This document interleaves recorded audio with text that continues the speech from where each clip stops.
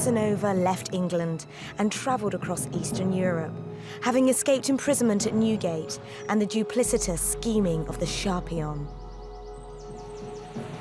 I have come to breakfast with you, and to discuss a certain question. Don't mind my laughing. My niece is an innocent, giddy girl.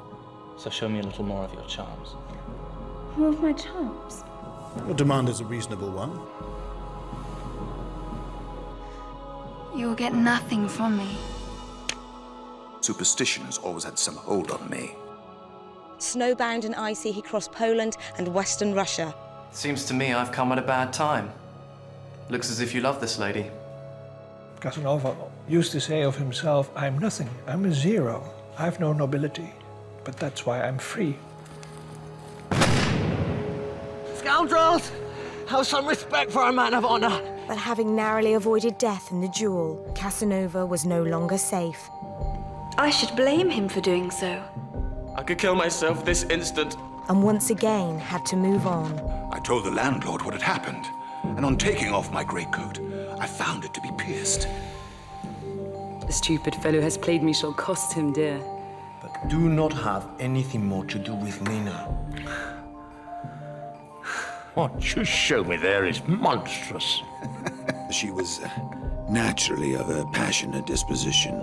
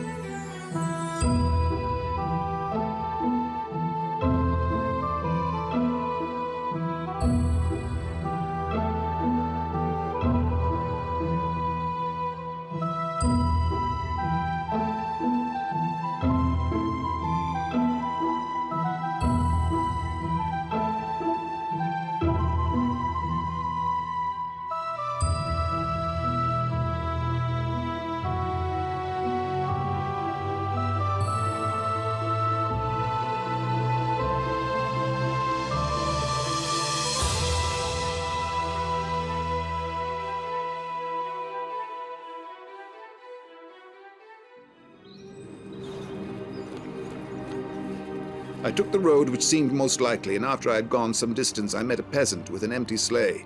"Warsaw!" I cried, showing him a ducat. He understood me and lifted a coarse mat with which he covered me when I got into the sleigh, and then set off at a gallop. All at once, Beninsky, Branitsky's bosom friend, came galloping furiously along the road with his bare sword in his hand. He was evidently running after me. Happily, he did not glance at the wretched sleigh in which I was, or else he would have undoubtedly murdered me. Prince Lubomorsky arrived and gave us all a surprise by recounting the strange occurrences which had happened after the duel. Basinski came to where Branitsky was lying, and seeing his wound, rode off furiously on horseback, swearing to strike you dead wherever he found you. He fancied you would be with Tomatis and went to his house. He found Tomatis with his mistress, myself, and Count Moczynski, but no Casanova was visible. He asked where you were, and on Tomatis replying that he did not know, he discharged a pistol at his head. At this dastardly action, Count Moczynski seized him and tried to throw him out of the window, but the madman got loose with 3 cuts of his sabre, one of which slashed the Count on his face and knocked out 3 of his teeth. After this exploit, he seized me by the throat and held a pistol against my head, threatening to blow out my brains if I did not take him in safety to the court where his horse was, so that he might get away from the house without any attack being made on him by Tomatis' servants, and I did so immediately. And Moczynski? Moczynski is in the doctor's hands and will be laid up for some time. It is very fortunate that you took refuge here. Fortunate indeed. The Chief Marshal has had the monastery surrounded by 200 dragoons, ostensibly to prevent your escape, but in reality to defend you against Branitsky's soldiers. The doctors have said that the Postoli is in great danger if the ball has wounded the intestines, but if not, they answer for his recovery. His fate will be known tomorrow. Both recovered, and Count Branitzky became an old man. He died in 1819 when he was 89 years old. The king has been to see him, and the general who was present told His Majesty that the only thing that saved your life was your threat to aim at Branitzky's head. This frightened him, and to keep your ball from his head, he stood in such an awkward position that he missed your vital parts. Otherwise, he would undoubtedly have shot you through the heart, for he can split a bullet into two halves by firing against the blade of a knife. And I count myself doubly fortunate. It was also a lucky thing for you that you escaped Basinski, who never thought of looking for you in the wretched sleigh. My lord, the most fortunate thing for me is that I did not kill my man outright. Otherwise I should have been cut to pieces as I went to his help by his servants who stood over me with drawn swords. Scoundrels! Only the Postoli ordered them to leave me alone.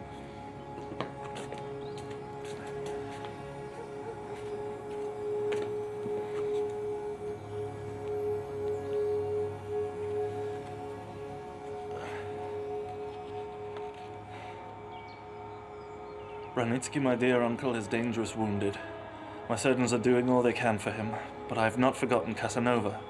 You may assure him that he is pardoned, even if Branitzky should die. After this pleasant news, I felt in need of a rest, and my lords left me.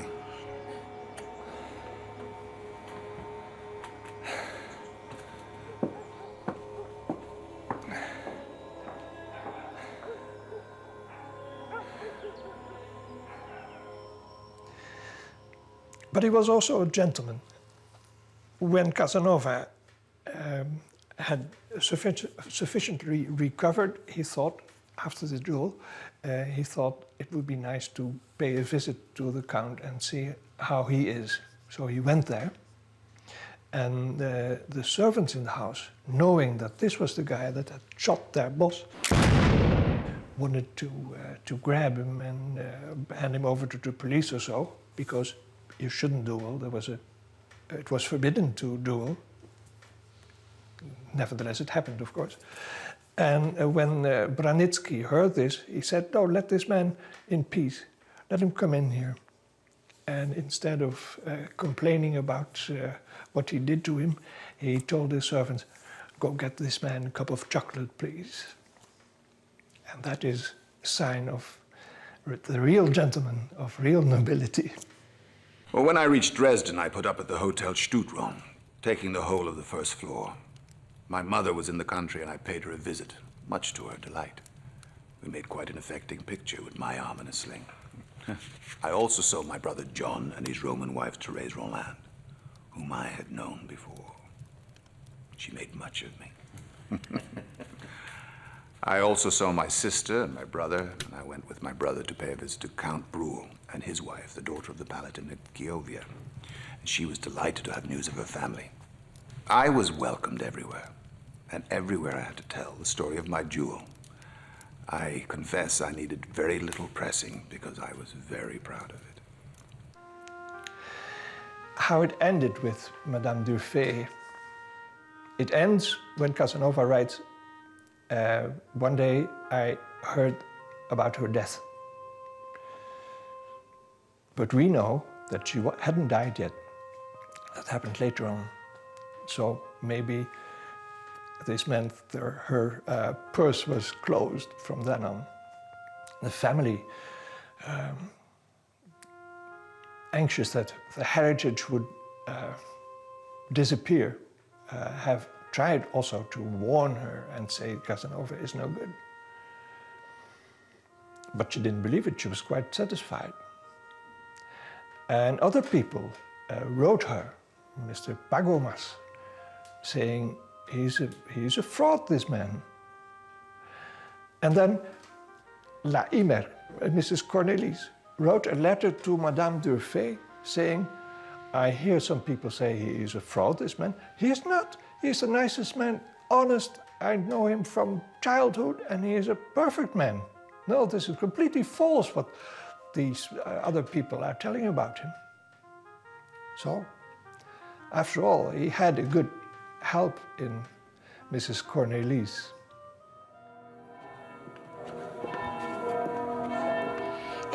painful time of reflection for Casanova. At 44 years old, his sexual desires had diminished. His generous nature had been abused on every turn, and the recent incident with Chapelon had stripped him of the last of his savings.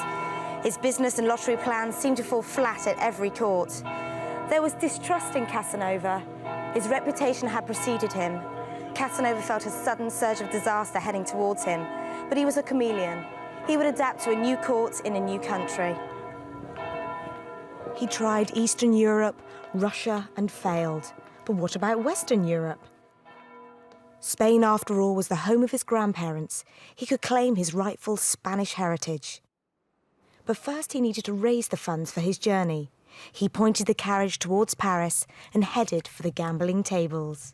He stopped in the town of Spa and met an old friend, Antonio della Croce, with a 17-year-old companion named Charlotte. Charlotte had run away 6 months before and had now fallen pregnant. He made her pass for his wife because, as he said, he meant to marry her eventually. The history of her escape is well known to our brothers and sisters, and as her family are still in existence, my readers will be obliged to me for concealing her name. She showed no signs of sadness or of repentance for the steps she had taken. Her countenance expressed candor and frankness of disposition in a remarkable degree. But here let me say how vain a thing it is for anyone to pronounce a man or woman to be happy or unhappy from a merely cursory inspection.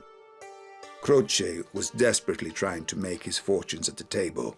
He lost everything. My friend, I have two alternatives. I could kill myself this instant, or I could fly without returning to the house. I will embrace the latter, and I will go to Warsaw on foot. And I leave my wife in your hands, for I know you adore her. It must be your task to give her the dreadful news of the past to which I have come. Have a care of her. She is too good by far for a poor wretch like me. Take her to Paris, and I'll write to you there at your brother's address. I know you have money, but I would rather die than accept a single louis from you. I have still 2 or 3 pieces left, and I can assure you that I am richer now at this present moment than I was 2 months ago. Farewell. Once more, I commend Charlotte into your care. I would that she had never known me. With these words, he shed tears and embracing me went his way. I was stupefied at what lay before me. I had to inform a pregnant woman that the man she dearly loved had deserted her. The only thought that supported me in that moment was that it would be done for love of her, and I felt thankful that I had sufficient means to secure her from privation. I disguised my emotions so well that she conceived no suspicion. There's something I need to prepare her for the fatal news, I asked her if she would approve of her lover exposing himself to assassination for the sake of bidding adieu to her, rather than making his escape. I should blame him for doing so. He ought to escape by all means, if only to save his life for my sake.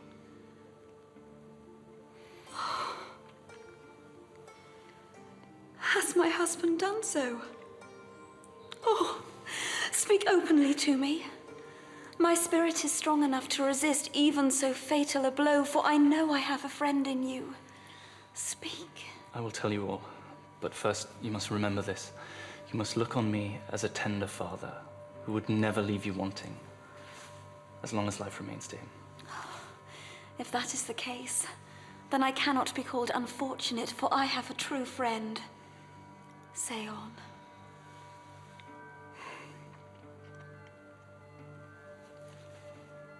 He played the tables, and he lost everything. I told her all that Croce had told me, not omitting his last words. I commend Charlotte to your care. I would that she had never known me. For a few minutes she remained motionless, as one turned to stone.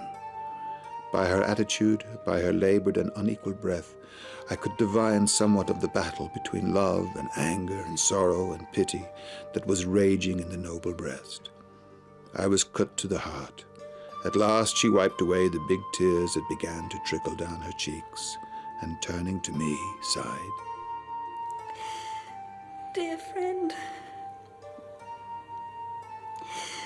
since I can count on you, I am far indeed from utter misery. I swear to you, Charlotte, I will never leave you until I have placed you again in your husband's hands, provided I do not die before.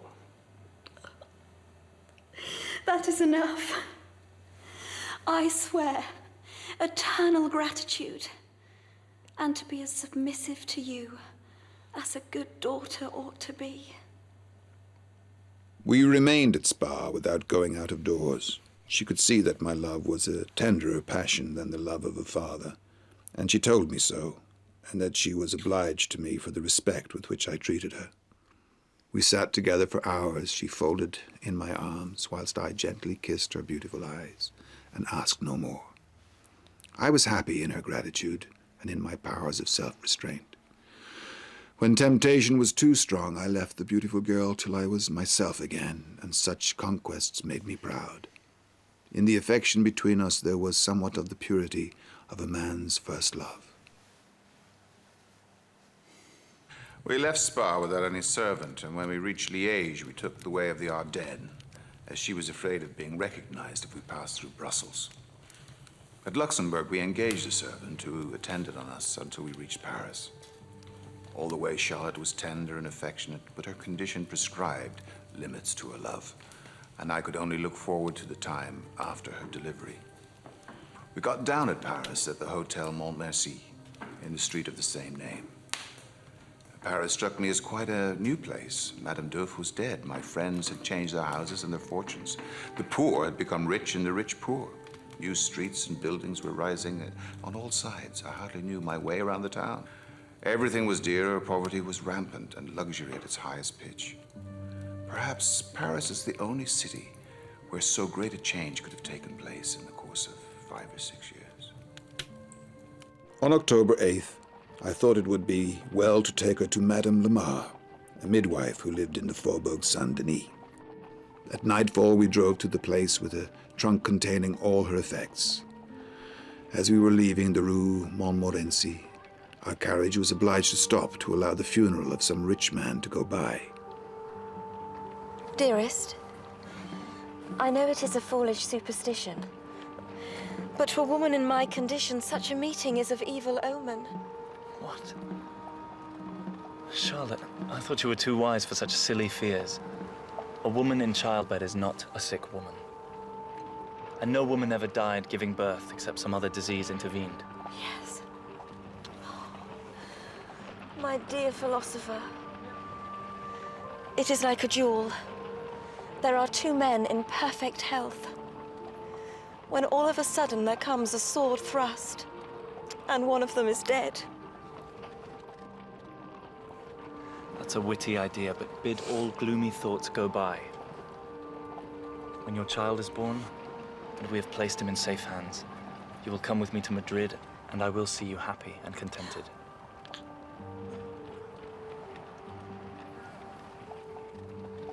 All the way I did my best to cheer her, for I knew only too well the fatal effects of melancholy on a pregnant woman, especially in such a delicate girl as Charlotte. On October 13th, Charlotte was attacked with a fever which never left her. On the 17th, she was happily delivered of a boy, which was immediately taken to the church and baptized at the express wishes of her mother. Charlotte wrote down what its name was to be: Jacques after me, Charles after her, son of Antonio della Croce and of Charlotte. She gave her real name. When it was brought from the church, she told Madame Lamar to carry it to the Foundling Hospital with a certificate of baptism in its linen. I vainly endeavored to persuade her to leave me the care of the child.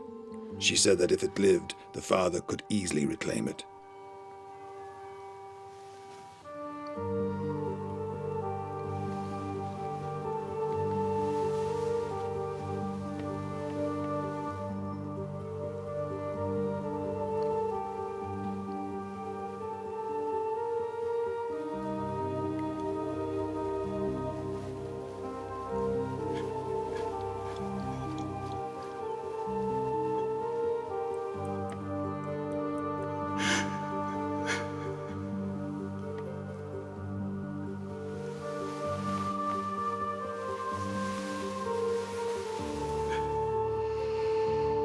tears which gather fast as I write these words are probably the last honors I shall pay to this poor victim of a man who is still alive, and whose destiny seemed to be to make women unhappy. I sat weeping by the bed of her I loved so dearly, and in vain Madame Lamar tried to induce me to come and sit with her. I love the poor corpse better than all the world outside.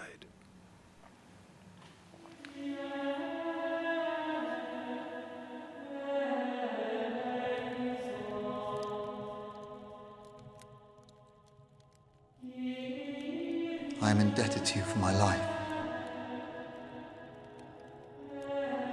I will treat you as my own child until my death.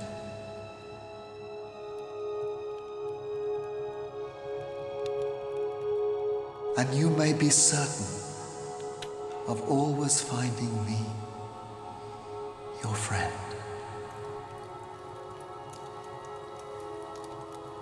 He could not leave me anything, as his property was entailed, and while his furniture and his library would become the prey of his creditors, his two friends, who were my friends also, were poor, and could give me nothing but their love.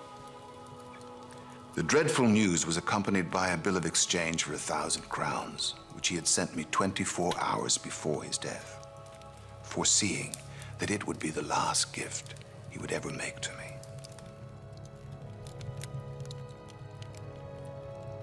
When Senator Bragadin died, there was no heritage for Casanova. There probably were only debts. And this was the end of the comfortable allowance. But one of them, Dandolo, continued to, every now and then, send some money.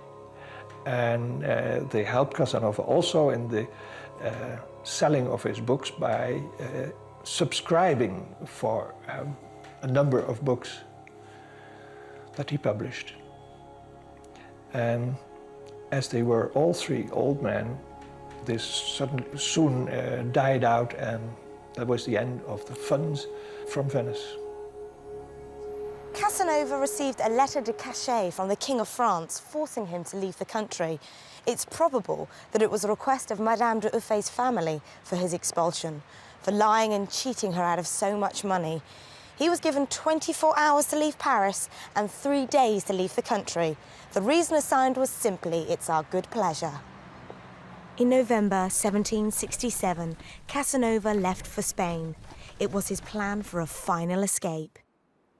He headed to Pamplona, home of the bull running. He crossed the edge of the great Castilian steppes, past castles and windmills like Don Quixote. He travelled along the worst roads in Europe to the gates of Madrid.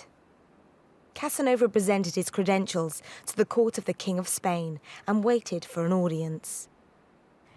Casanova went looking for a girl to take to the ball and dance the fandango. In the end, he did find a girl. Her name was Ignacia, and she was a cobbler's daughter. He saw her at church and decided to follow her home, knock on the door and ask her father's permission. He came back with an answer later that day. He agreed that she could go to the ball on one condition, that her mother could go along with them and wait in the carriage whilst they were at the ball. The next day, I sent to the gentleman cobblers a tradesman with dominoes, masks, and gloves. But I took care not to go myself. I hired a carriage to seat 4, and at nightfall I drove to the house of my pious partner, who was quite ready for me.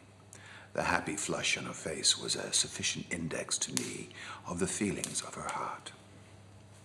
We got into the carriage with the mother, who was wrapped in a vast cloak, and at the door of the dancing room we descended, leaving the mother in the carriage.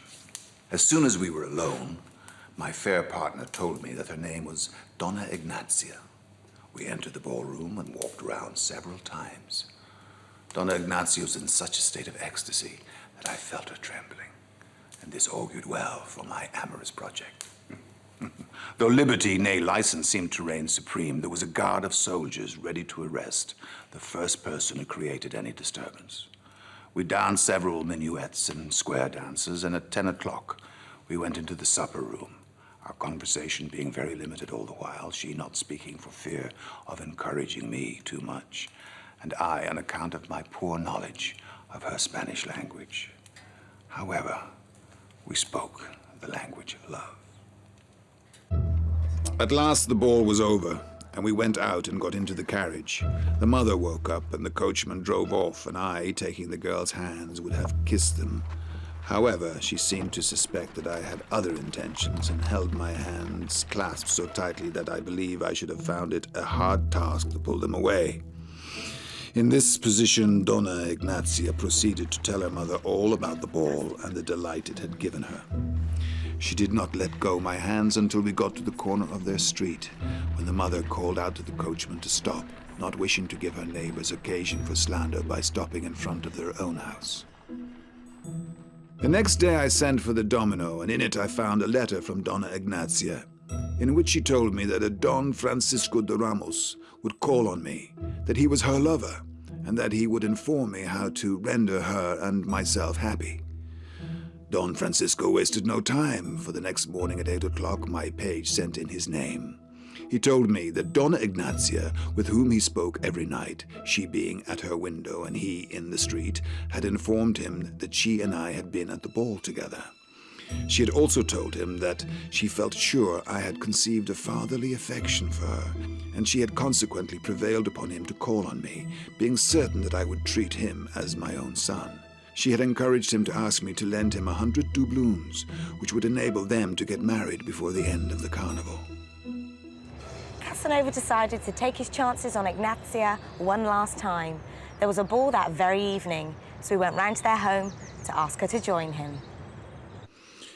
Donna Ignazia thanked me for honoring her with a visit, adding that she would never have gone to the ball if it had not been for me, and that she never hoped to go to it again, as I had doubtless found someone else more worthy of my attentions. I found no one worthy to be preferred before you. If you would like to go to the ball again, I would be most happy to take you. The father and mother were delighted with the pleasure I was about to give to their beloved daughter. As the ball was to take place the same evening, I gave the mother a doubloon to get a mask and a domino. She went on her errand, and as Don Diego also went out on some business, I found myself alone with the girl. I took the opportunity of telling her that if she willed, I would be hers, as I adored her, but that I could not sigh for long. What can you ask, and what can I offer, since I must keep myself pure for my husband? You should abandon yourself to me without reserve, and you may be sure that I will respect your innocence.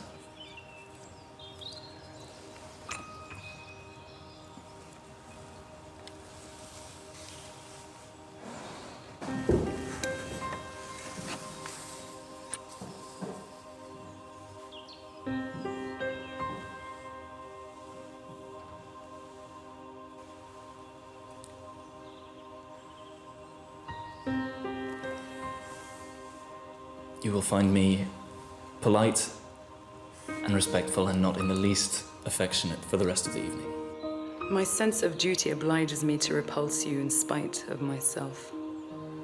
I liked this metaphysical line of argument.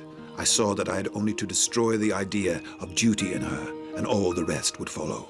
What I had to do was to enter into an argument and to bear away the prize directly. I saw her at a loss for an answer. If your sense of duty obliges you to repulse me in spite of yourself, then your duty is a burden on you. If it is a burden on you, it is your enemy. And if it is your enemy, why do you suffer it thus lightly to gain the victory? If you were your own friend, you would at once expel this insolent enemy from your coasts. That may not be. Yes, it may. Shut your eyes. Like that. I immediately laid hands on a tender place. She repulsed me, but more gently and not so seriously as before. You may, of course, seduce me, but if you really love me, you would spare me the shame. Dearest Ignazia, there is no shame in a woman giving herself up to the man she loves. Love justifies all things. If you do not love me, I ask nothing of you. But how can I convince you that I'm actuated by love and not by complacence? Leave me to do as I please, and my self-esteem will help me to believe you. But as I cannot be certain that you will believe me, and my duty plainly points to a refusal.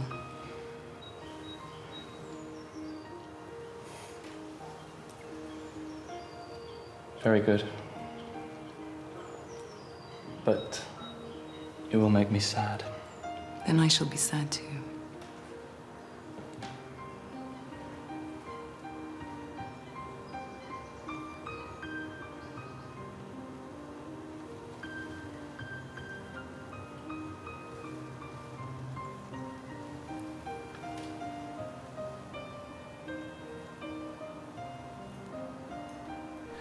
Thus the first step had been taken, and Donna Ignacia felt it would be ridiculous not to join in with my conversation at the ball, which all tended to procuring the pleasure of spending our nights together. She found me affectionate all the evening, and at supper I did my best to get her everything she wanted.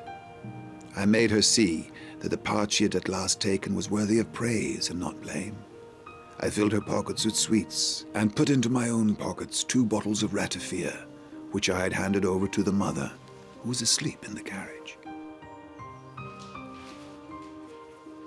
Donna Ignacia gratefully refused the quadruple I wished to give her, saying that if it were in my power to make such presents, I might give the money to her lover whenever he called on me. Certainly, but what shall I say to prevent him taking offense? Tell him it is on account of what he asked you. He is poor, and I'm sure he's in despair at not seeing me in the window tonight. I shall tell him I went to the ball with you to please my father. Very well.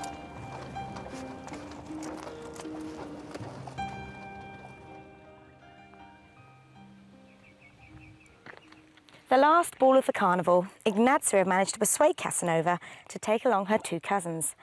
Casanova agreed as long as one of them could be dressed as a man. He redressed the elder of the 2 cousins sufficiently so no one would suspect that she wasn't a man. And the younger of the 2 cousins, he unnecessarily took his time when he dressed her, especially as all she needed was a mask and domino. That way, he didn't have to rush the moment when it came to dressing Ignacia.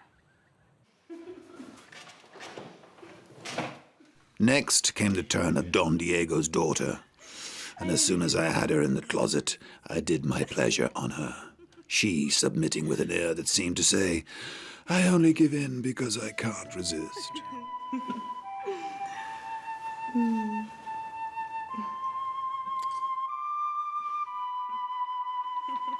Wishing to save her honor, I withdrew in time, but in the second combat, I held her for half an hour to my arms. However, she was naturally of a passionate disposition, and nature had endowed her with the temperament able to resist the most vigorous attacks. When decency made us leave the closet, she remarked to her cousins, I thought I should never have done.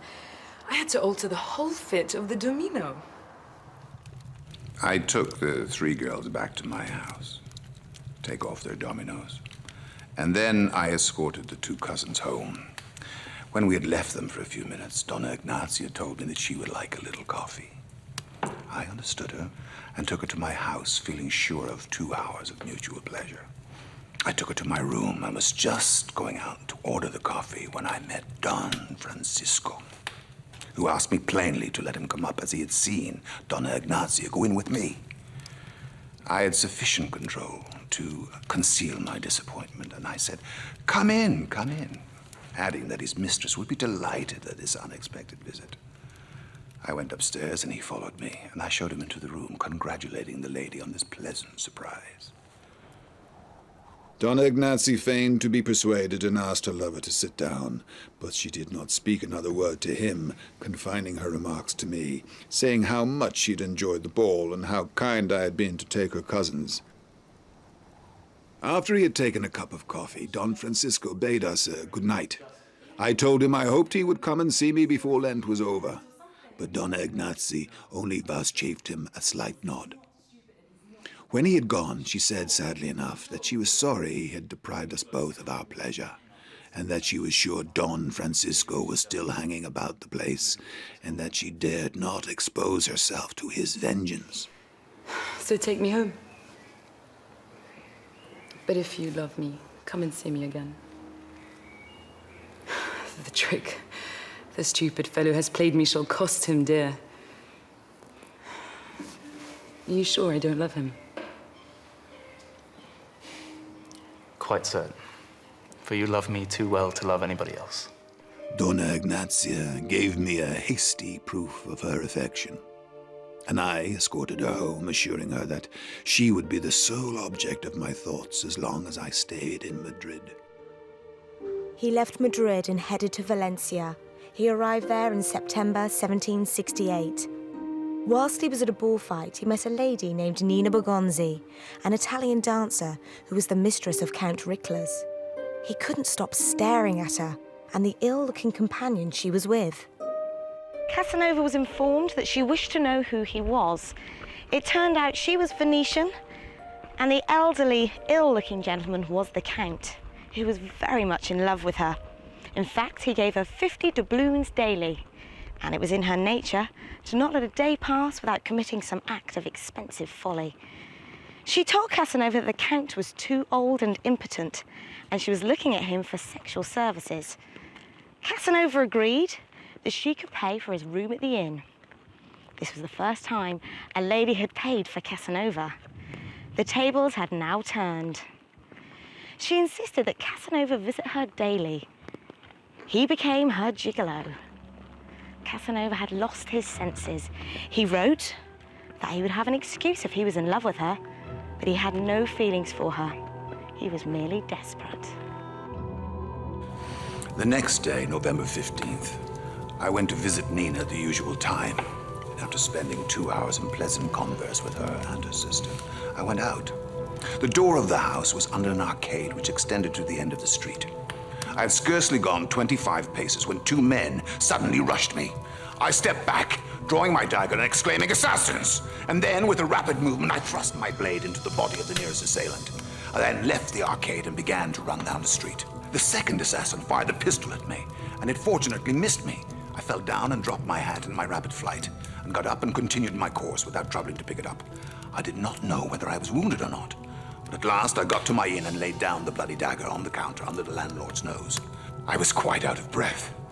I told the landlord what had happened, and on taking off my greatcoat, I found it to be pierced in 2 places just below the armpit. I could not believe my good fortune to be alive.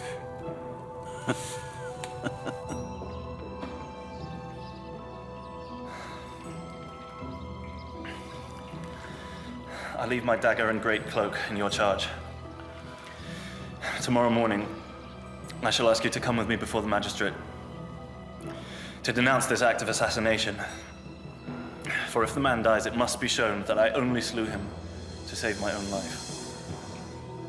I think your best plan would be to leave Barcelona immediately. Then you think I have not told you the strictest truth? I am sure you have. I know whence the blow comes. And God knows what will befall you. Nothing at all. If I fly, I shall certainly be accounted guilty. Take care of the dagger. They tried to assassinate me, but I think the assassins got the worst of it. I went to bed somewhat perturbed, but I had the consoling thought that if I had killed a man, I had done so to self-defense. My conscience was quite clear. At 7 o'clock the next morning, I heard a knocking at the door. I opened it and saw my landlord accompanied by an officer, who told me to give him all my papers, to dress and to follow him, adding that he should be compelled to use force in case of resistance. Casanova was taken to the citadel. His passport was confiscated under suspicion that it was false. On the 4th day, an officer came to Casanova with bad news, and he was transferred to a lower part of the tower. Any food that was delivered was checked for hidden objects. Casanova was incarcerated for 42 days. He spent 6 weeks in jail while his passport was taken to Madrid for certification. In the end, his passport was approved, but he was given 3 days to leave Barcelona and a week to leave Catalonia.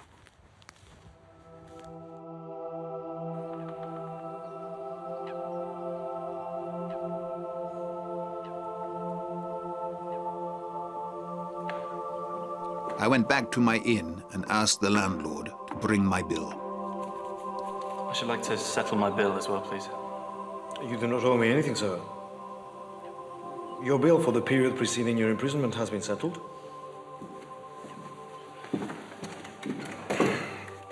I also received orders from the same source to provide for you during your imprisonment and as far as you stayed in Barcelona.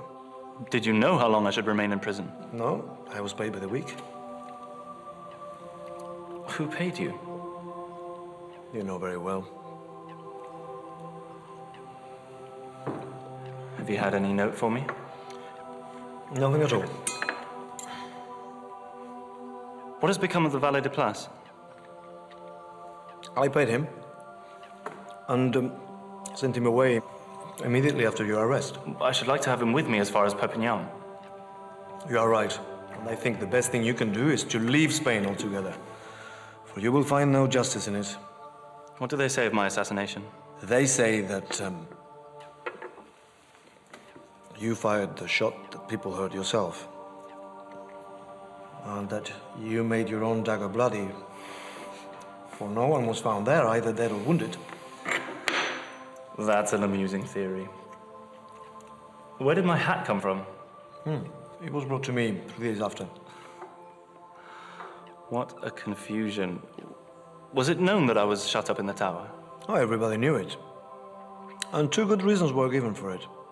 The one in public, the other in private. What are these reasons?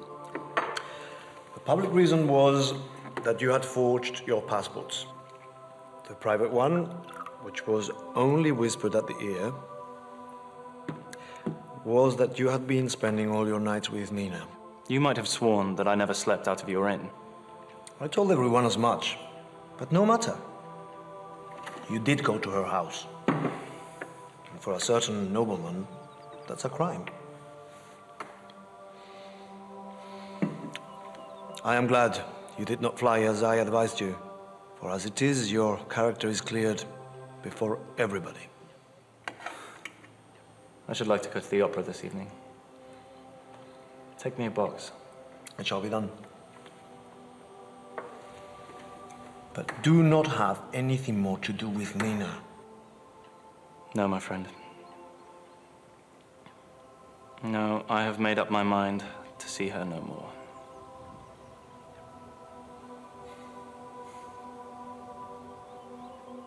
Leaving Spain, Casanova travelled through southern France, only just making it as a feared assassination attempt was thwarted at the French border, quite possibly another gift from the jealous Count, still seeking some satisfaction after the time Casanova had spent with Nina. At Aix-en-Provence, Casanova fell gravely ill. I went to bed with a pain in my side. And after 6 hours' sleep, I awoke feeling thoroughly ill. I had pleurisy. My landlord called in an old doctor who refused to let my blood, and a severe cough came on. And the next day, I began to spit blood. In 6 or 7 days, the malady became so serious that I was confessed and received the last sacraments. On the 10th day, the disease having abated for about 3 days, my clever old doctor, he answered for my life, but I continued to spit blood till the 18th day. My convalescence lasted 3 weeks, and I found it more trying than the actual illness. For a man in pain has no time to grow weary. I grow weary. Casanova was very sick. He stayed in bed and thought he was dying. He wrote some letters to people he knew in Aix, letters that were brought over just by hand to his hotel. Letters of a very gloomy content and contemplating and what is life for and that sort of stuff. Nothing of the happy Casanova. Throughout the whole case, I was tended day and night by a strange woman of whom I knew nothing. She nursed me with the tenderest care, and I awaited my recovery to give her my sincere thanks. She was not an old woman, neither was she attractive-looking. She had slept in my room all the time. And there was a young lady attending him, which he had not really noticed in the beginning, because he was well, sleeping most of the time, I hope for him. But she was taking care of him. And when, after a few weeks, he recovered, the girl that attended to him was leaving. And then he started wondering, when he had to pay the bill for the hotel, there was no amount for this girl. Where did you come from? She told me it was the doctor, and so bade me farewell. A few days later, I was thanking my old doctor for having procured me such a capital nurse, but he stared at me and said he knew nothing about the woman. I was puzzled and asked my landlord if she could throw any light on the strange nurse's identity, but she knew nothing, and her ignorance seemed universal. I could not discover whence or how she came to attend to me. Miracles happen. It was Henriette, who lived in Aix, who had sent her servant to attend on Casanova. But Henriette herself, she didn't want to be seen. She hid. Farewell. My lord, the most fortunate thing for me is that I did not kill my man outright. Otherwise I should have been cut to pieces as I went to his help by 3 of his servants who stood over me with drawn swords. The only thing that saved your life was your threat to aim at Brunitsky's head. You may assure him that he is pardoned, even if Brunitsky should die. My spirit is strong enough to resist even so fatal a blow, for I know I have a friend in you.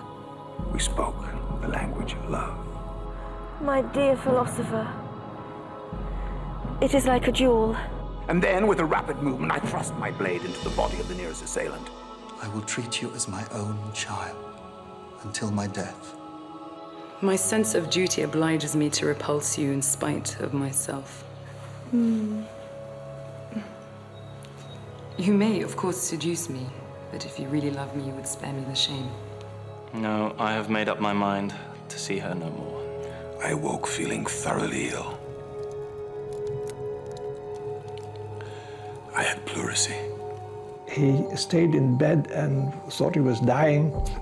It was Henriette, who lived in Aix, who had sent her servant to attend on Casanova. Henriette is not her real name. So who was she? Heavenly creature.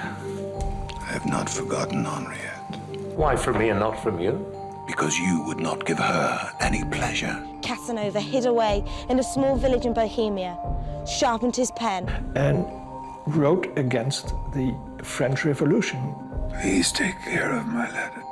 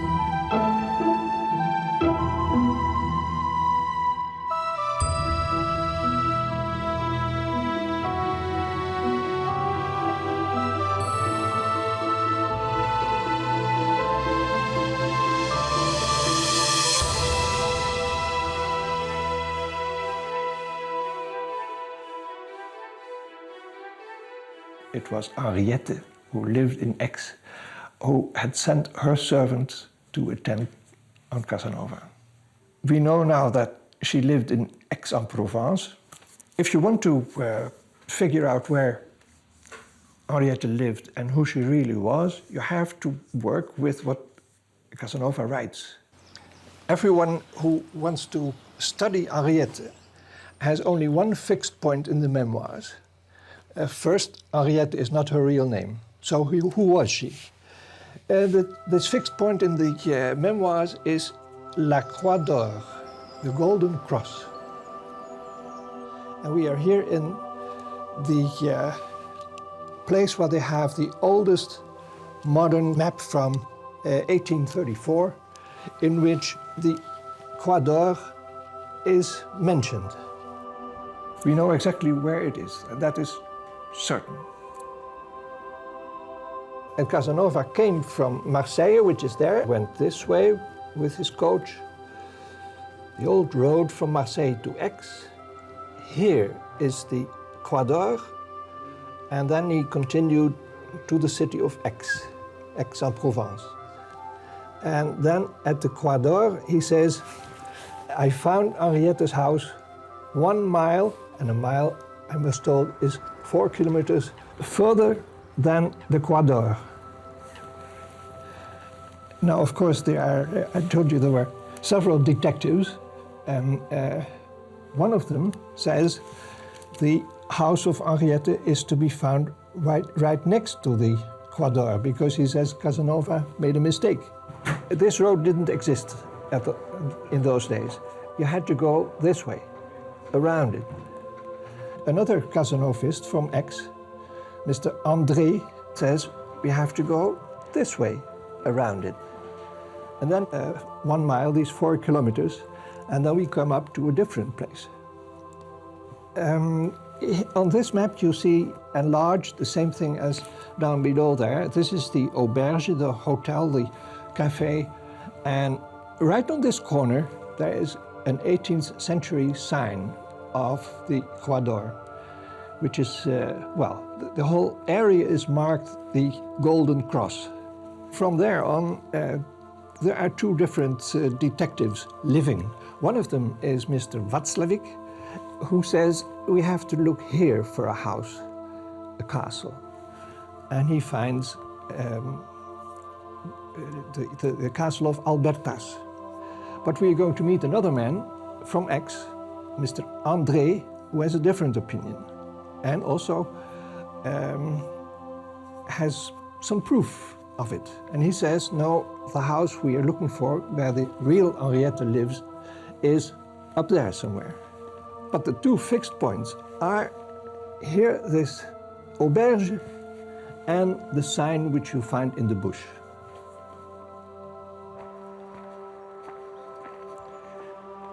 Nous sommes ici près d'Aix-en-Provence, au château de Valabre, qui était celui du père de celle que nous avons identifiée comme étant Adélaïde de Guédon. Adélaïde de Guédon a son portrait magnifiquement représenté au musée Granet et elle a divers titres. Elle est candidate au rôle d'Henriette. D'abord, elle est une aixoise de la noblesse, très bien éduquée, comme le dit Casanova lui-même. Ensuite, elle joue du violoncelle, comme Casanova l'avait indiqué, et ceci se voit sur le magnifique tableau qui la représente. Ensuite, elle est parente avec le chevalier d'Antoine qui, à Parme, la met en quelque sorte dans le droit chemin et lui permet de rentrer chez elle. Enfin, un argument de plus est le surnom qu'elle prenait, signant dans les auberges Anne d'Arcy. Bien qu'on l'appelle Adélaïde, son premier prénom était Anne, et elle était née sous le signe du Sagittaire, c'est-à-dire de l'Arcifère. Naturellement, elle était mariée, et elle est donc tout à fait fondée à dire que son mari et son beau-père sont des monstres. Ça, c'est une façon de voir les choses de sa part. Ici se place l'épisode en 1763 du passage de Casanova. Il arrive devant le château de Valabre où se trouve une très belle entrée, un portail, et là, son carrosse a une panne, une pièce est cassée. Il demande à être reçu au château, dépanné en quelque sorte, dirions-nous aujourd'hui. Il va passer la nuit dans ce château et le lendemain, partant pour Avignon, sa voiture ayant été réparée, la jeune dame qui l'accompagne lui remet une lettre qui avait été écrite par la dame du château, que Casanova n'a pas vue vraiment, et cette lettre comporte seulement le mot « Henriette ». C'était donc tout à fait signé, et c'est ici à Valabre que s'est passé cet épisode. En particulier, le beau portail de ce domaine est suivi d'une allée qui correspond exactement à ce qu'a dit Casanova. Elle est complantée d'arbres, c'est-à-dire que les arbres ne sont pas alignés. C'est une longue allée qui a été en quelque sorte tracée dans une forêt de chênes verts, comme il y en a ici en Provence. Voilà par conséquent l'histoire d'Henriette telle qu'on peut la voir à Valabre.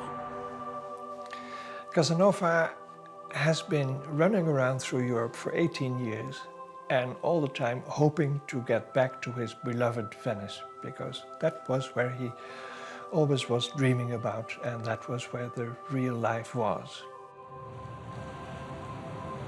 In Bologna, Casanova published his Lana Caprina, a satire in which he poked fun at a debate between two university professors regarding whether a woman's reason is controlled by her uterus.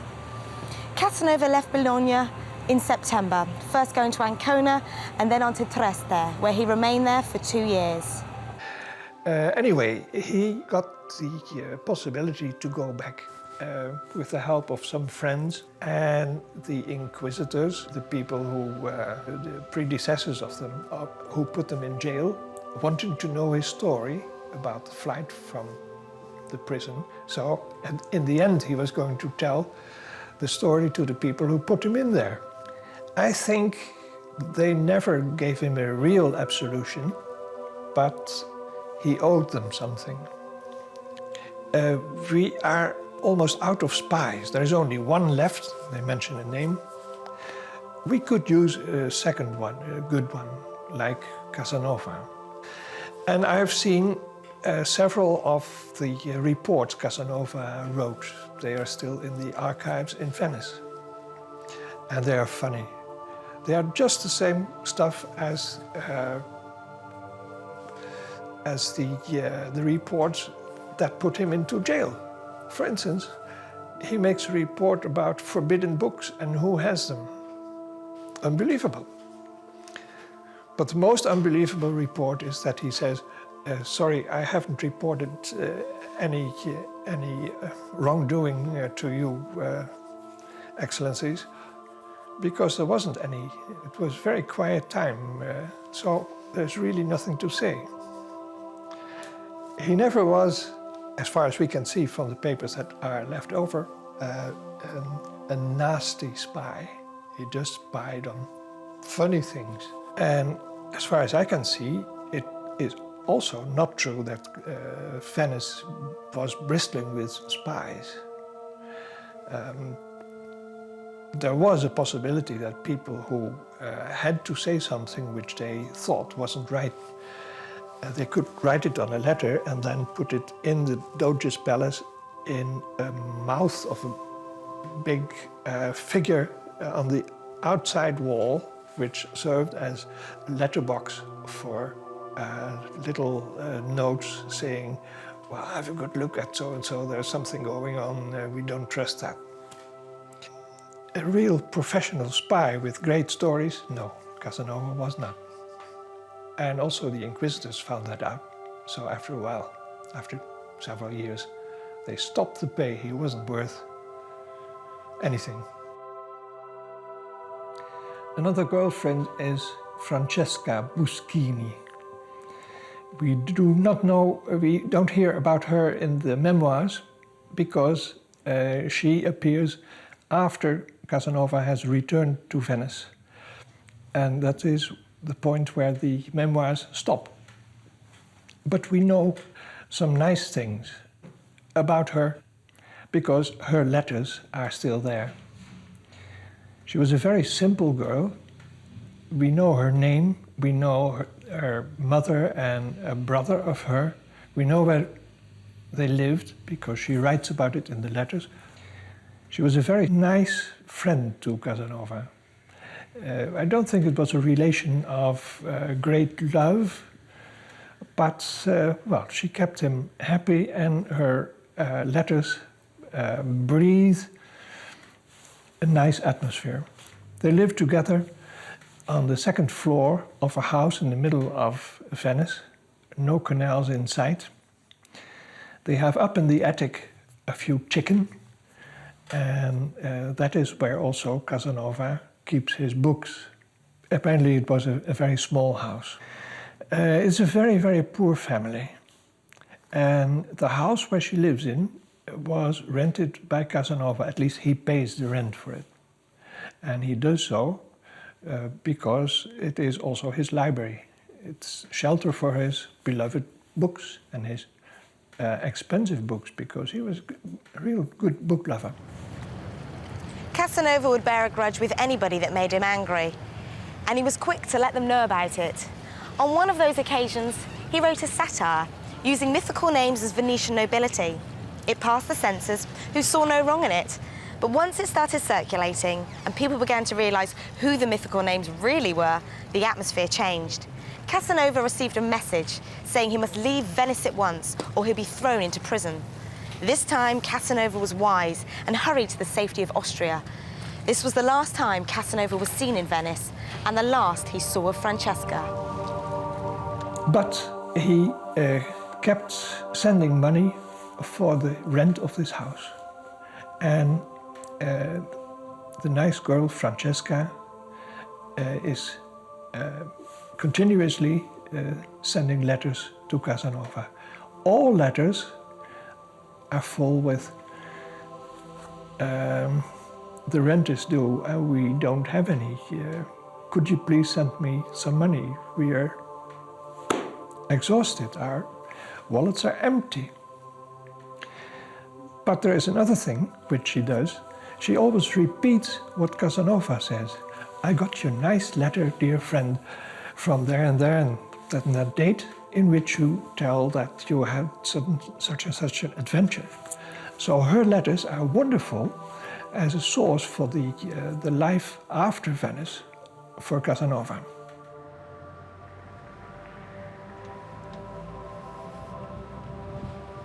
Casanova met Benjamin Franklin during a meeting about ballooning, the first ever manned balloon flight had taken place just a few weeks earlier.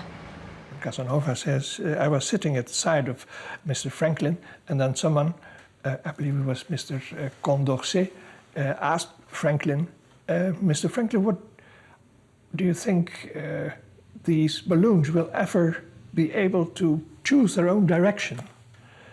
And Franklin said, the balloon is still in its infancy. We'll see what happens. Casanova didn't believe that. He said, no, they go with the wind, and there's only one direction. Follow the wind. And he writes to Francesca sometime later, half a year later, and he tells that people in Vienna are constructing a big balloon and that they are really planning to take people up in the air, and that if the wind goes in the right direction, I might go with them, direction Trieste or Venice or something like that. And I don't know if this was a joke of him or that he was serious. He might have been serious because he was a man to dare things like that, to try new things. This is also about the turning point in their relationship, which of course is a distant relationship because they haven't met for several years already. She said, there's one more thing I have to confess. My mother has sold some of your books because we were back in paying the rent for 4 months already. And so we had to do something. And that made Casanova so furious, selling his beloved children those beautiful books, which he hadn't seen for years in the meanwhile, that this was the end of the relationship. He didn't send her any money anymore. 2 more letters from Francesca begging for excuse, begging for money, but Casanova doesn't write anymore. The end of a nice story of a nice girl, of low standing, but good manners, good intelligence. When Casanova had fled for the second time from Venice, he went to Vienna and became sort of a secretary to the ambassador of Venice. The ambassador didn't speak French very well. Casanova did, and French was the diplomatic language. So I think this ambassador was very pleased to have somebody in his office who could speak the diplomatic language. It didn't last long, this appointment as a secretary, because suddenly the ambassador died. And for Casanova, it was again the question, what shall I do with the rest of my life? In February 1784, Casanova met Count Joseph Karl Emanuel von Waldstein and Prince de Ligne, the Count's nephew. A fellow Freemason with an interest in magic, Waldstein was allegedly a secret Scarlet Pimpernel who swore to save the aristocrats of the French Revolution. Waldstein offered Casanova a position as a librarian in the castle at Dux, in what is now the Czech Republic. And Casanova stayed for 13 long years. He had always been on the road, always been on the move, wondering where his next meal would be, where his next bed would be. And here he had a position where he got paid reasonably. He himself mentioned something, but we know from the financial papers from Waldstein how much it was, and it was almost the highest in the whole rank of the castle. Only the director of the castle got paid more than Casanova. So it wasn't really bad. And here it was that he didn't have to pack all his belongings, his books and his letters into a trunk again and bind them on a coach and go through snow and rain. Here he just could leave them in his bookcase. Dux lies in the foothills of the Ore Mountains, and the coal is so rich and so close to the Earth's surface that it's said that people can warm their homes with coal from their own backyard. Mining is still going on today, and the gardens of the Waldstein Castle would have been devoured if it wasn't for the lawsuits putting a stop to it in the 1960s. In 1913, one of Dux's leading citizens, Bernard Marr, wrote a detailed catalogue of the letters, and as Europe plunged towards the First World War, Marr worked away quietly on the letters for 2 years. Bernard Marr, the director of the cast iron factory, and he was allowed to make copies. The Count Waldstein, the then living Waldstein, allowed him to make copies of it. He had no copying machine, but he copied it all himself, by hand. In addition to his monumental catalogue, Marr undertook careful researches into Casanova's years at Dux and the subsequent history of the town. It was very important that Marr did research on Casanova. One of the things that kept him busy was where was Casanova buried? There was a wall around the churchyard. And right in front of the church, there was a big gate. And when people came out of the church, they passed this part, and here, oral tradition said that there was an iron cross that, on a windy day, used to grab girls' skirts. That must have been the place where Casanova was buried. There was only one cemetery, and outside the cemetery, it was not allowed to bury people, so it had to be there. But the cross had disappeared and there was no stone with a name on it. And he has been really searching for that for years.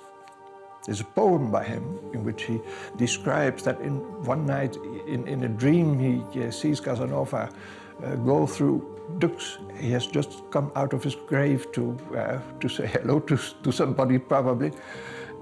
And Marr follows him when he goes back and sees and he wants to see where he goes into which grave. But of course, a fog appears and Casanova disappears before Mar sees where it is. Dux, or Duchkov as it is called now, has had its share of recent wars. In 1938, Hitler invaded the Sudetenland and annexed Czechoslovakia. In 1945, Russian troops on their way to Vienna approached Dux. One of the spars of the Baroque church of the castle was turned into a German anti-aircraft gun post. The Russians targeted the tower and silenced the guns, but in doing so, the church caught fire. Today, the roof is restored, but inside is one big war scar. It was so well known in Dux that Mar interested himself in this burial place that one day in 1920, Casanova's tombstone turned up in the castle garden. And Mar wrote about it in newspapers in Prague, in Trieste, in Paris, and to his friends. Now we know where it is.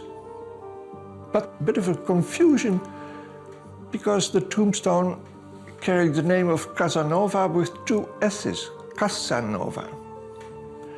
And it didn't have the year 1798, but 1799. Mar himself has never known what I know now, and what the Casanovas in the West have not known. And it is that the tombstone, which is in the castle now, which you can still see, is a fake. Professor Polizensky didn't know exactly what had happened, but he said there was a young mason, a young sculptor, working in 1920 at the castle, and it was his first working day, and the older people said, well, why don't you show us that you really can do something? Why don't you sculpt the letters Casanova in this stone? And so they let him work for one day, and he was the one, Polizensky told me, who made this tombstone. The older masons then put the tombstone in the garden, rubbed it with earth, made it look a bit old, dug it up again, went to Mr. Mar and said, weren't you interested in the place where Casanova was buried? We might have found something. Come and have a look. And Mar, putting on his hat, went to have a look, and really, this was the revelation. Here was the tombstone of Casanova. Now, I have to tell you, of course, why I know that it is a false one. And that is because someone remembered who was this young sculptor who did it. So I asked this man, Josef Mrazek, does he still live by any chance? Yes, certainly. Right across the water there in that house. And I went there and I saw an old man cutting stone. And I asked Mr. Mrazek, is this story true? And then he retold me the whole story.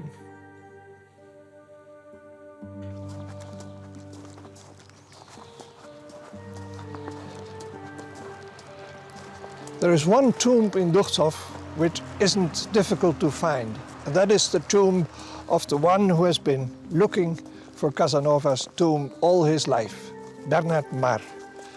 And when, in 1998, the crowd of Casanovists from all over the world came here to pay their respect to Casanova, we all went here to Mar's tomb, and that is why I'm going to give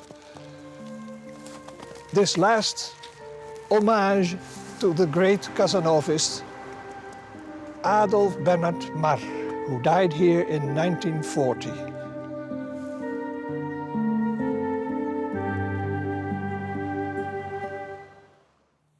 I shouldn't forget telling you about Mélampige, because Casanova wasn't alone in his room and in this castle. He had a little dog, and he was very fond of her. So fond that He said she is noble, she is so beautiful, so fine. When she got in the heat, he didn't want any dog to touch her, because that would be monstrous. But Mélampige died, and she died after 144 weeks. We know that because he wrote a poem, a very sad lamentation, something like a De Profundis, and he wrote above it, this is 144 lines for the 144 weeks that Mélampige lived. It was a very sad story. The glorious days of lovemaking may have been at an end for Casanova, but he still stressed that even in his old age, there still can be a quality to sex. A dialogue can be found between himself and a 70-year-old doctor in his memoirs. I had just accomplished the carnal act with a young girl who flattered me. She loved it, and in order to convince me, she would not accept the florin. I don't believe a word of it. You're just as old as I am. I do not lie. Take a look at the instrument. That shows you.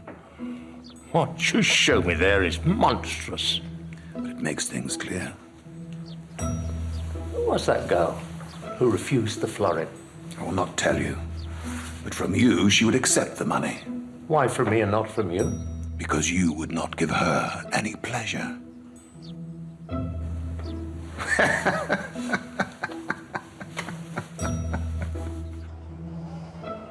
Apparently, rumours had been flying around Dux about Casanova and women.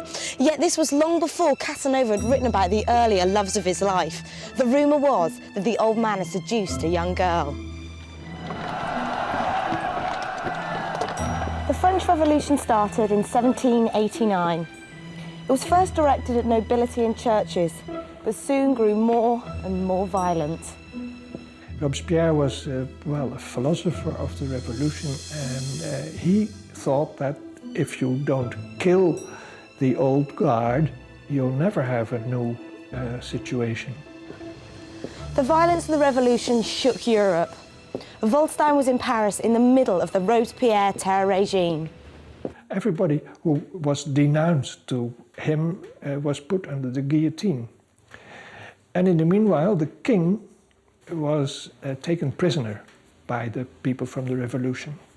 And Count Waldstein had the idea, like a Scarlet Pimpernel, to suddenly appear somewhere, steal the king from his prison and bring him out to a safe quarter. Count Waldstein had 3 posts of fresh horses ready. 7 horses here, 7 horses there, and he was going to buy more horses for a 3rd post. 6 for the coach, and 1 for the coachman, 1 for the postillon who was riding ahead. And he thought, if I'm going to take the king and the queen and the son of the king out, I must make sure that where I come, people are not thinking of the king, but of somebody else. So he made the voyage several times with a lady of whom we don't know the name, and with a young girl, and slept at a hotel somewhere, paid a lot of money so that he would be beloved. If he would come again, say, there's Count Waldstein, and that's good. He gives big tips, so let's be nice to him. He's tried that several times, and then he wanted to go pick up the king, the queen, dress up the son of the king and the queen as a girl, and pretend that they were the same people as he had made the journey with before. He did not succeed because the king didn't dare. Waldstein says, he turned the offer down. And then Waldstein came back to the hotel. He was warned by somebody that they had got notice about these horses that were waiting on several places, and that his plan was almost discovered. You better leave right away, Mr. Waldstein. And so he did, leaving his servants and his baggage, his luggage where it was, and went to Calais. And in Calais, he says he was almost arrested again, but he succeeded in getting over to Dover. So he really was a sort of a Scarlet Pimpernel, only without a result. Recent events in France made a deep impression on Casanova. His world was shattered into pieces as French acquaintances were killed at the guillotine and forced to flee their properties. Casanova hid away in a small village in Bohemia, sharpened his pen and wrote flaming texts against the monster, Robespierre. And wrote against the French Revolution, wrote against that terrible French people that once was so nice and now guillotined his friends and didn't have any respect for the king and the queen. And especially against Robespierre, the monster that was at the head of the state in France. Same thing as he did when he became angry with the servants here at Waldstein Castle. He wrote letters, not letters to be sent, but letters to be printed, so that the world would know what Casanova would think about it. This against Robespierre and against the revolution has never been printed, and people, of course, wouldn't have cared a bit what this old librarian would think of it. Casanova's time at Dux was not a happy one. The Count was absent for long periods of time, and the servants just pestered him. They only spoke in German, and of course Casanova did not. It was winter, and there was nobody interesting around to talk to.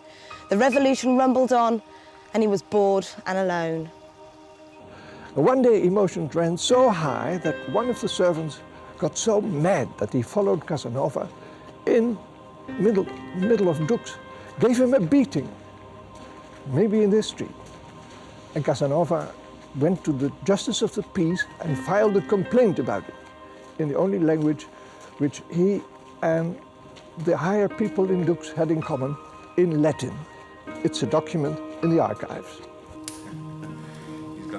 It must not be imagined that he was satisfied to live quietly in the refuge provided him through the kindness of Waldstein. That was not within his nature. Not a day passed without trouble. Something was certain to be wrong with the coffee, the milk, the dish of macaroni which he required every day. There were always quarrels in the house. The cook had ruined his polenta, the coachman had given him a bad driver to bring him to see me, the dogs had barked all night. There had been more guests than usual, and he'd found it necessary to eat at a side table. Some hunting horn had tormented his ear with its blasts. The priest had been trying to convert him. His German speech had been misunderstood. He'd become angry, and people had laughed at him. Here is the main church of Dux. The church, part of the castle, and where Casanova went to Sunday Mass, as he says. He had a special seat there. He had a place in a loge, and the Count had said, it's all right if you sit there. The highest officers are allowed to sit there, and you. And he did, until one day he found that one of the servants he didn't like at all was sitting there with a girl. Casanova came in there, and what did he see? His enemy, fooling around with the girl during Mass. Furious he was. So he wrote it to the Count and added this to the list of sins of his enemy. Casanova the hedonist personally criticised marriage. He wrote, "Marriage is the tomb of love," but he rarely abandoned a lover. He either arranged for them to marry someone suitable or provided for them in other ways. He wrote that in matters of love, men and women dupe each other. Returning to my memoirs, I am a detestable man, but I do not care about having it known, and I do not aspire to the honor of the detestation of posterity. My work is full of excellent moral instructions, but to what good if the charming descriptions of my offenses excite the readers more to action than to repentance? Furthermore, knowing my readers would divine the names of all the women and of the men whom I have masked, whose transgressions are unknown to the world, my indiscretion would injure them. They would cry out against my perfidy, even though every word of my history were true. Tell me yourself whether or not I should burn my work. I am curious to have your advice.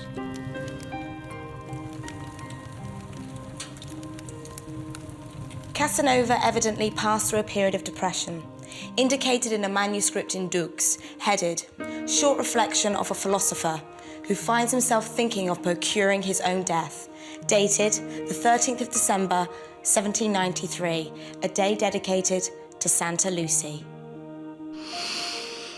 Life is a burden to me.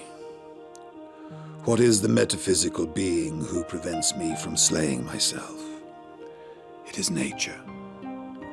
What is the other being who enjoins me to lighten the burdens of that life which brings me only feeble pleasures and heavy pains? It is reason. Nature is a coward which, demanding only conservation, orders me to sacrifice all to its existence.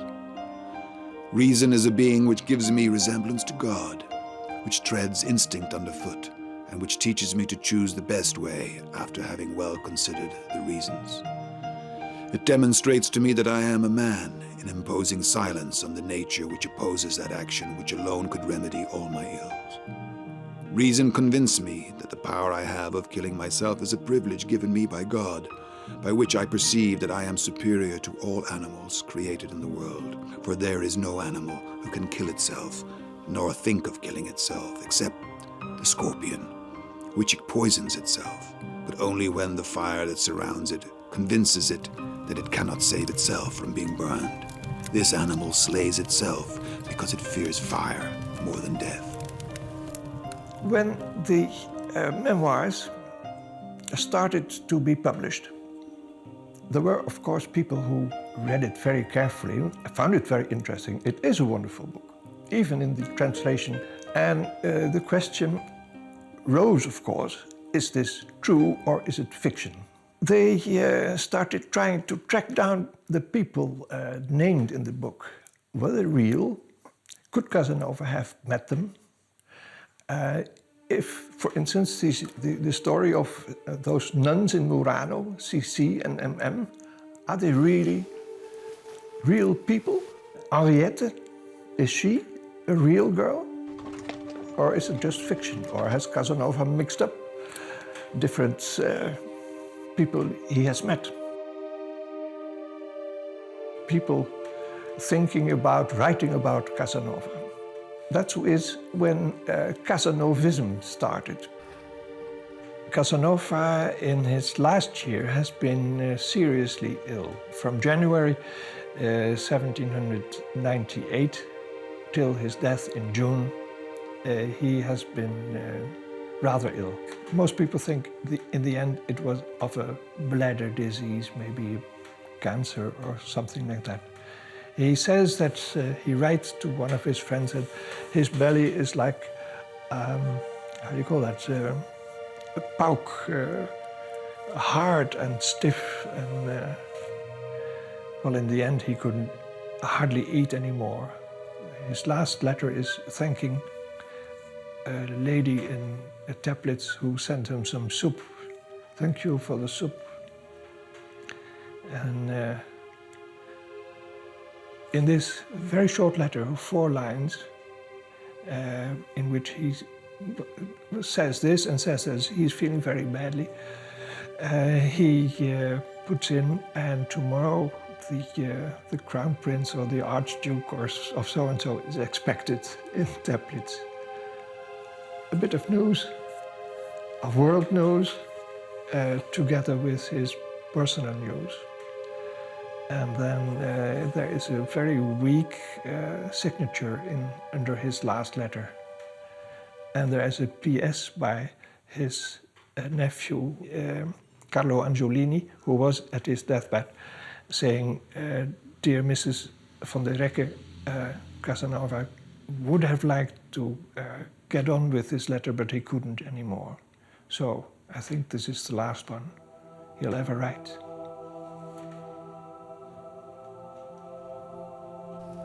I hate old age. It offers only what I already know. Age has calmed my passions by rendering them powerless. But my heart has not grown old. My memory has kept all the freshness of youth. No. I have not forgotten Henriette.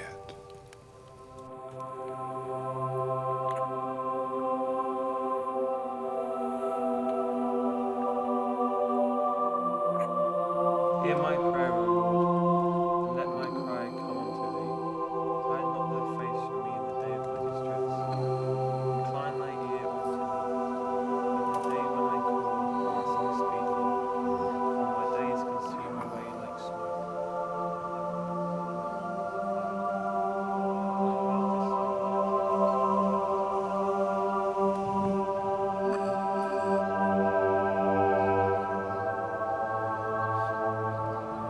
Please take care of my letter. Preserve them. They are my life. My memoirs.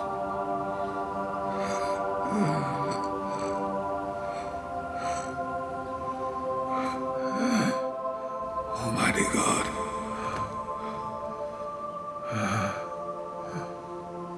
Witness my death. I have lived. Almighty God. As a philosopher. Witness my death. Lived as a philosopher. Almighty God. I die. A Christian. A Christian.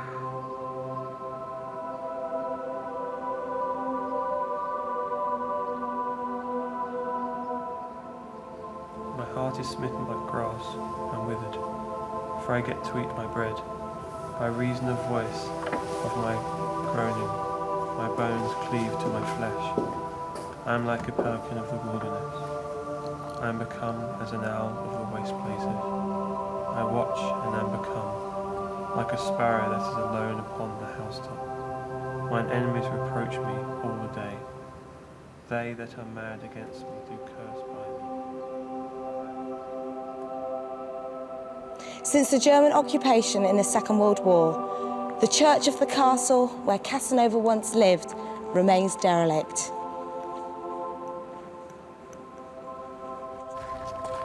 The castle of Count Wadelstein in Ditchkopf, the last home for Casanova, now remains closed and can only be viewed by special request.